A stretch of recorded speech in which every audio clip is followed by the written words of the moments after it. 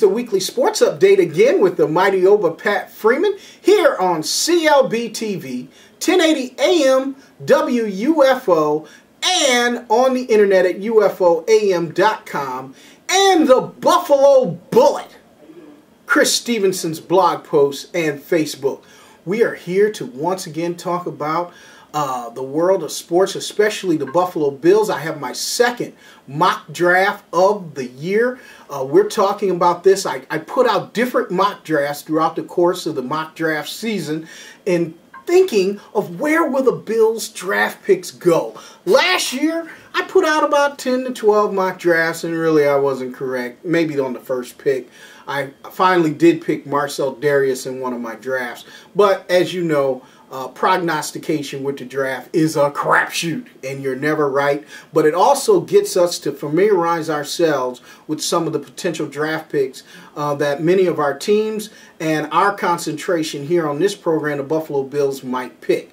This mock draft is very interesting. I think that the Bills, with the possibility this could come out during the free agency period, might be forced to take an offensive tackle in the draft and take the best possible offensive tackle in the first round.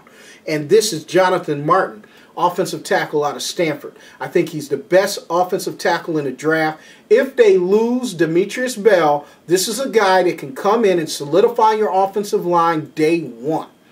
And he could be a guy that possibly, with the hiring of Dave Wannstedt as the defensive coordinator, that to me instantly makes your defense better than it was last year with some of the personnel that you already have. Meaning Kelsey and Alex Carrington are penciled in as your starting defensive ends with Dewan Edwards as your immediate defensive end rotation, along with having a healthy Sean Merriman back, who might be your situational pass rusher in the Buffalo Bills' new defense, which I believe is going to go to a base 4-3. That means that it would free up Buddy Nix to take the best offensive lineman available in this draft, and that's Jonathan Martin. And you can put him right now today at the left tackle. In the second round, to solidify your defensive line and your defensive ends, I think you could go with Ronnell Lewis, a defensive end out of Oklahoma outside linebacker. This guy is a stud, and if you get him in the second round, I think it is a coup for the Buffalo Bills. Also, moving to the third round, I would solidify my receiving cores by taking a big-time receiver with decent speed. Not killer speed, but decent speed and great size. This guy is good. Let me tell you, if the Bills can get Tommy Streeter from Miami, he's 6'5", 215 pounds. He runs a 4.4 40.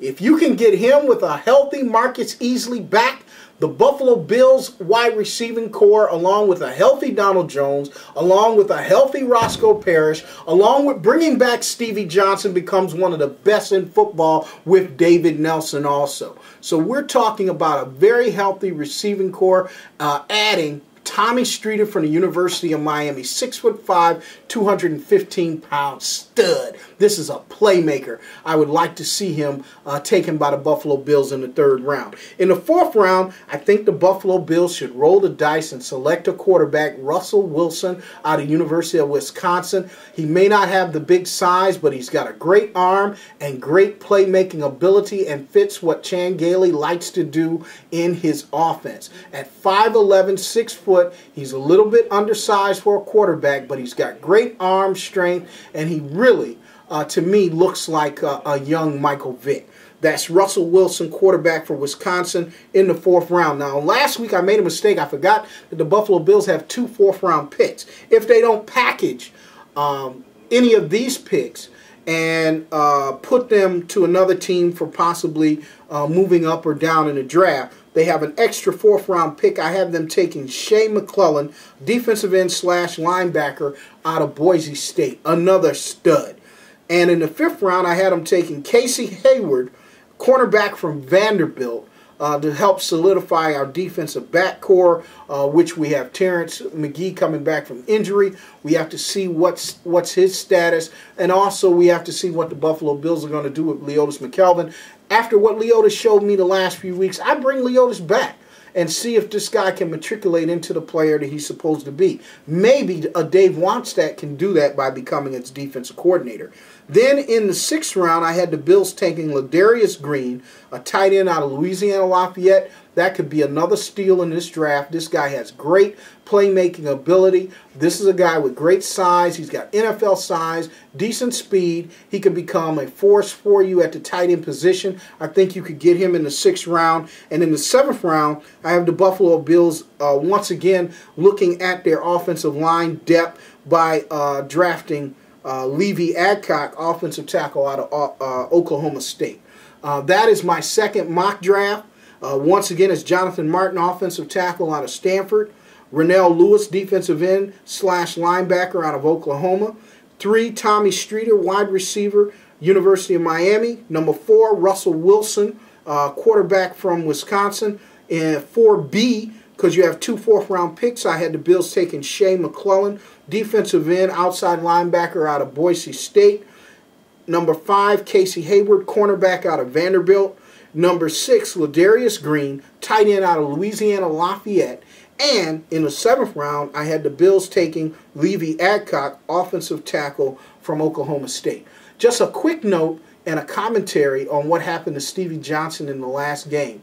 Stevie Johnson was penalized 15 yards for excessive demonstration after scoring a touchdown, in which he wrote Happy New Year on his undershirt under his uniform. He pulled his jersey up and showed it on national television, and he was given a 15-yard penalty and assessed a fine from the NFL for excessive demonstration. Well, in my eyesight, this has become a disparity of treatment in which the NFL needs to address immediately, and also the Buffalo Bills organization needs to address. When the New York Giants score a touchdown, and it happens to be wide receiver Victor Cruz, he does the salsa dance in the end zone, and the New York Giants organization pumps the salsa music over their intercom system in the stadium, in which no flag and no penalty was assessed for Victor Cruz for excessive demonstration. I think this is a disparity of treatment in which the rules are being looked favorably by other organizations and not favorably upon the Buffalo Bills players and other players around the league. If Stevie Johnson is assessed a fine for showing Happy New Year on his undergarment under his jersey, then Victor Cruz should also be assessed a fine for doing the salsa, and the New York Giants should be fined for pumping the music over the loudspeaker, using it to pump up their fans during a game. There can't be a disparity of treatment with excessive celebrations in the end zone, and it looks like the NFL and their referees are picking and choosing who they want to assess fines to. And I think they're unfairly picking certain players on certain teams and not making these rules generic across the board. They should be evenly put forth. If there's a fine for one, there should be a fine for all. We're not seeing that with this excessive celebration rule, nor are we seeing it with some of the fines that have been assessed to the Pittsburgh Steelers, especially James Harrison. I think James Harrison and Stevie Johnson have been targeted by the league, and they've informed refs to look at what they're doing, and they're not looking at what other players are doing across the board. I think the NFL, as a league and an organization, and especially Roger Goodell and those that are in charge of enforcing these rules, need to immediately look at this and look at it right away.